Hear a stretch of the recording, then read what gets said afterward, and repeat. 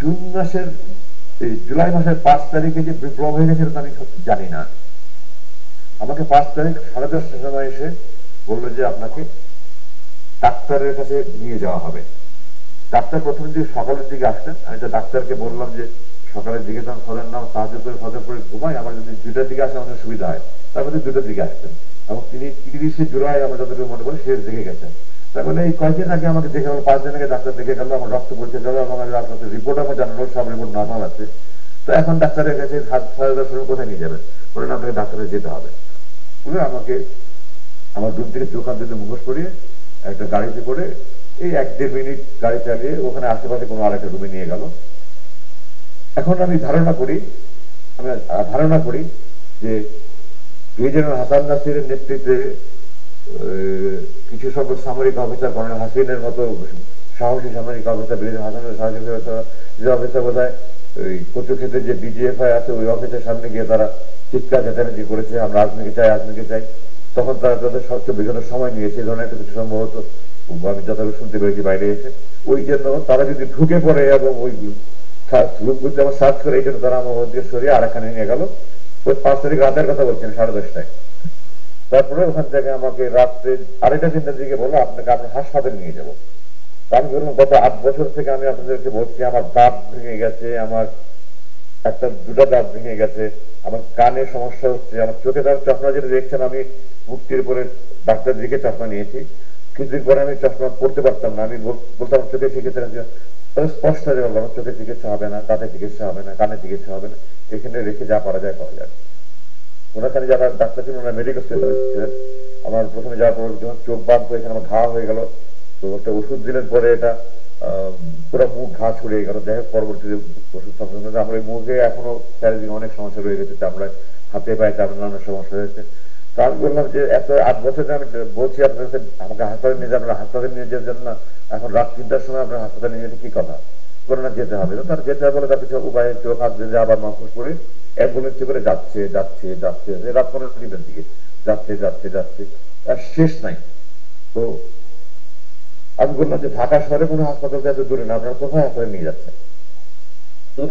জবাব দিল না। তারপরে রাস্তা ভাঙাচোরা।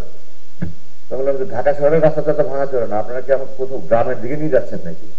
তার কোনো জবাব দিল না। আমাকে নতুন এখানে নিয়ে গেল, নিয়ে গিয়ে ওই ওরকম বন্দি সরার মতো একটা বন্দি ছিল, এটাতে অ্যাটাচ টয়লেট ছিল, ছোট রুম, একটা খাট একটা টেবিল ছিল। তো আমাকে বললো আপনি এখানে থাকেন না। তখন ওখানে রুমে একটা ঘড়ি ছিল, ঘড়িতে দেখলাম তখন সকাল প্রায় 5:45। তো প্রায় 3 ঘন্টার মতো ড্রাইভ করে তারা আমাকে নিয়ে গেল এবং আমার ধারণা ঢাকার বাইরে কোনো এখানে নিয়ে গেছে। এবং আমি যতটুকু অনুমান করতে পারি, এখন যেটা অনুমান করছি, রাস্তাঘাটে যে ছাত্ররা রাস্তাঘাটে গাড়ি চেক করছিল তারা আমাকে পাকা রাস্তা দিয়ে নিতে সাহস করেনি, তারা আমাকে গ্রামের রাস্তা দিয়ে নিয়ে গেছে, এটা এখন আমি অনুমান করে বলছি। তো আমাকে ওখানে না বললো আপনি এখানে থাকেন, আমি বললাম আপনারা আমার হাসপাতালের কথা বলে এখানে কোথায় নিয়ে আসেন, বন্দি আরেক বন্দিখানায় থাকেন, আপনি পরে জানানো হবে। তো এটা 6 তারিখ সকালের কথা বলছি। 6 তারিখ দুপুরে আমাকে বললো আপনাকে আজকে রাত্রে মুক্তি দেওয়া হতে পারে। একজনে বললো আমাকে আপনার কাপড়ের সাইজ বলেন। আমি বললাম তো আমি সাধারণত গার্মেন্টের কাপড় পরি না, আমি সাইজ বলতে পারবো না। তারা একটা কাপড় নিয়ে আসলো, আমাকে দেখালো যে আমি যে কাপড়টা আপনার প্রথম দেখেছেন, আমি প্রথম মুক্তি করে যে একটা প্যান্ট শার্ট গাঞ্জি পরেছেন ওই কাপড়গুলো, ওটা পরে দেখুন ঠিক আছে। বললো আমরা রাত্রে 2:30-3টার দিকে আপনাকে নিয়ে যাবো। তো 2:30-3টার দিকে এসে বললো যে আমরা আজকে কোনো একটা বিশেষ অসুবিধার কারণে নিতে পারছি না, আপনার কালকে মুক্তি হবে। আমার অপেক্ষা করার সাথে কোনো উপায় নেই, আমি বাইরের কোন জগতের কোনো খবরই নাই আমার কাছে। পরের দিন সকালবেলা দুপুরে আমাকে এসে বললো আজকে রাত 9টার দিকে আপনাকে নিয়ে যাবো। আমি সাধারণত 9:30 দিকে ভাত খেতাম, বলে রাত 9টার দিকে আপনাকে নিয়ে যাওয়া হবে, আপনার 8টার দিকে ভাত দিয়ে দেবো, এর মধ্যে আপনার খাবার টাবার খেয়ে রেডি হয়ে যাবেন। তো আমি সেই অনুযায়ী রেডি হয়ে গেলাম। তখন তো আমি কোথায় নিয়ে যায়, আবার কোথায় নিয়ে মেরে ফেলে, কিন্তু আমি তো কোনো কিছু সবকিছু অনিশ্চয়তার মধ্যে। আমাকে এগুলি ভাতা দিয়ে আমার কোথাও নিয়ে গুম করে মেরে ফেলবে, লাশ কোথায় ফেলে রাখবে, এই আশঙ্কায় তখন তো খাবারও মতো আসে না। যাই হোক সামান্য কিছু খেয়ে আমি রেডি হয়ে থাকলাম। তার 9:15 যখন নিয়ে রওনা হলো, প্রায় 2.5 ঘন্টার মধ্যে গাড়ি চালিয়ে আমাকে সেই টাঙ্গাইল যমুনার রাস্তায় এলেঙ্গায় রাস্তার পাশে নিয়ে আমাকে চোখ হাত বেঁধে ছেড়ে দিল, আমাকে কিছু টাকা দিল, আপনার বাস ভাড়া। তোমার মানে এটা কোথায়? ওই যে সামনে বাস স্ট্যান্ড আছে, ওই দিকে পিছন দিক থেকে গাড়ি আসবে, আপনি বাস স্ট্যান্ডে গেলে যেতে পারেন শুক্রবার। আমাকে কিছু টাকা ভাড়া দিয়ে দিল, বললো আপনি মুক্তি। আপনি এখন মুক্ত, আপনি যেতে পারেন। জিজ্ঞাসা করেন রাত কটা বাজে, তখন রাত 12:15।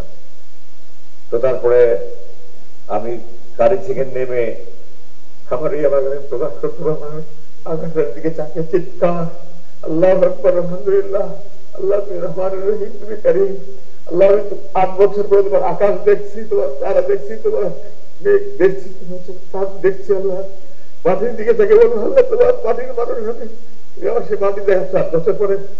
আমি রেগে উত্তেজনায় কতক্ষণ পর্যন্ত বলেছি বলতে পারবো না। তখন হঠাৎ করে মাথা চোখ অন্ধকার হয়ে আসলো। আমি আজকে দাঁড়িয়ে দাঁড়িয়েছিলাম, আমার জিপে নিয়ে গেছিল, দামে একজন বসা, বামে একজন বসা। তো আমি বললাম আমার মাথা ঘুরেছে, আমি একটু বসতে পারি, বলেছে বসে। বসলাম, কিছুক্ষণ পরে বললাম ঠিক আছে আমি যেতে পারবো। আমি নামলাম, আমার বাবা যে বসেছিল সে আমাকে হাতে টাকা দিল, আপনি টাকা নেন। তো আমি বললাম এখানে ঢাকা ভাড়া কত? বলে জানি না ঠিক। এখানে কত টাকা? 5,000 টাকা। আজ বললাম আমি আপনাদের টাকার মুখোমুখি নেই, আল্লাহ আপনাকে আপনাদের টাকার মুখোমুখি করেনি, আমার টাকার দরকার নেই, আমার এখান থেকে ঢাকার ভাড়া যতটুকু শুধু ততটুকু ভাড়া দেন। বললো না আপনি নিয়ে যান, আপনি যা করেন করেন, আপনি দান করেন, আমাদেরকে টাকা আপনাকে দিতে হবে। তাদের সাথে 1 সেকেন্ড কথা বলার মতো আমার রুচি ছিল না। আমি তারা আমাকে নামিয়ে দিয়ে চলে গেল। সবাই মুখোশ করা ছিল, যার ফলে দেখার কোনো সুযোগ নেই। আমি খুব সংক্ষেপে বাকিগুলো শেষ করে দিচ্ছি। এলোমেলো ছিল, উচ্চরিত ছিল, আমি ঠিক মতো হাঁটতে পারছিলাম না। আবেগে উত্তেজনায় রাস্তায় উচ্চরিত দুর্বলতার সময় হাঁটতে পারছিলাম না। এর মধ্যে হঠাৎ করে দেখলাম একটা পিছুতে দাঁড়িয়ে এসে ওই সামনে বাস স্ট্যান্ডে দাঁড়ালো। আমার তখন মানে মনে হয় যেন পারলে উড়ে গিয়ে ঝাঁপিয়ে বাসের মধ্যে উঠি। কিভাবে যে আমি 100 গজের মতো রাস্তা দৌড়ে ওই অবস্থা পার হয়েছে আমি এখনো কল্পনা করতে পারি না। দৌড়ে গিয়ে জিজ্ঞাসা করলাম আপনাকে ঢাকা যাবেন? ঢাকা যাবেন, আমি চিরাঙে যাবো, আপনি ঢাকায় কোথায় যাবেন? আমি বললাম আমাকে টেকনিক্যাল মোড়ে যদি নামিয়ে দেবেন বা বাসের মধ্যে, টেকনিক্যাল মোড়ে না হবো, আপনি উঠেন। তো আমি বাসে উঠলাম, উঠে পিছনের দিকে গিয়ে একজনের কাছে বললাম যে আমার তো মোবাইল নাম্বার না, আমার 2টা নম্বর ফোন নাম্বার আমার জানা ছিল, আমার 3 নম্বর আর আমার তাদের ভাইয়ের নাম্বার, এই নাম্বার যেটা মনে ছিল। আমি দুজনকে ফোন করে বললাম, তারা আরো লোকজনকে নিয়ে তারা ওখানে টেকনিক্যাল মোড়ে এসে আমাকে ওখানে নামিয়ে নিল। তারপরে দোকান থেকে আমি প্রথমে হাসপাতালে নিয়ে আমাকে চেক আপ করে আমি 7 তারিখ রাতের কথা বলছি, এটা 8 তারিখ ভোর নাগাদ আমি বাসায় গিয়ে পৌঁছালাম।